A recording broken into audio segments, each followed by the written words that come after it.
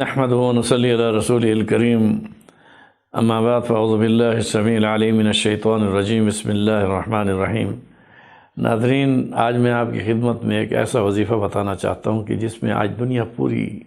خاص طور پر اس دور میں یعنی اقتصادی بحران کی وجہ سے، اقتصادی بحران کی وجہ سے جو ایک ایسی کیفیت ہو گئی ہے پوری انسانیت میں کہ جس میں افلاس اور غربت بڑھتی چلی جا رہی ہے، غریب غریب سے تر ہوتا جا رہا ہے، امیر امیر سے امیر تر ہوتا جا رہا ہے۔ ایسی صورتحال میں یعنی ہم سب کو اللہ تعالیٰ کی طرف رجوع کرنا چاہیے۔ ظاہر ہے کہ رزق کی بندش، اس میں دروازے رزق کے اللہ تعالیٰ وَتَرْزُقُ مَن يَشَاءُ بِغَيْرِ حساب، قرآن پاک میں رب ذوالجلال بہت جگہوں پر ارشاد فرماتا ہے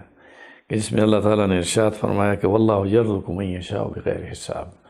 تو حال یہ کہ آج میں آپ کو وظیفہ بتانا چاہتا ہوں کہ اگر آپ ہر رات کو سورۃ واقعہ پڑھا کریں تو اس سے رزق کی کشادگی بھی ہوتی ہے اور غربت اور فقر اس گھر میں نہیں آتا۔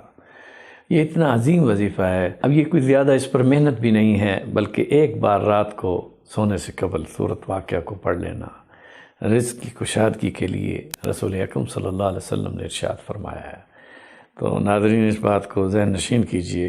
کہ آپ صلی اللہ علیہ وسلم کے فرمائے ہوئے ارشاد کی روشنی میں جو وظیفہ کیا جاتا ہے اس کے اندر ایک تو سنت کا ثواب ہے، دوسرا اس کے اندر جو اس کی فضائل ہیں اس کو بھی حاصل کرنے کے لیے آپ صلی اللہ علیہ وسلم کا جو ارشاد ہے اس پر یقین کامل ہو اور اس کو پڑھا جائے تو انشاءاللہ تعالی اس گھر میں، جس گھر میں سورۃ واقعہ پڑھی جاتی ہے، اس گھر میں غربت نہیں آتی۔ حضرت عمر بن عبدالعزیز رضی اللہ تعالیٰ عنہ نے اپنے بچوں کے لیے کچھ بھی نہیں بنایا، تو کسی نے کہا کہ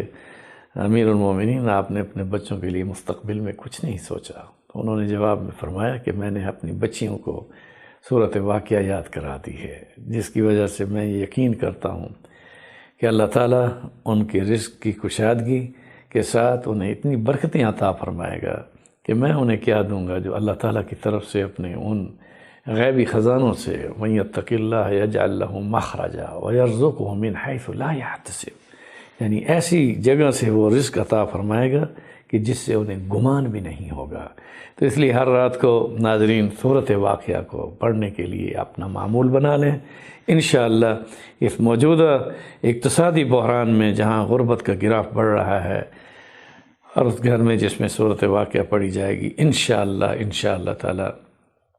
چاہے مہنگائی جتنی بھی ہو چکی ہو، اللہ تعالیٰ کی طرف سے برکات بھی اور اس کی کشادگی کے ساتھ خیر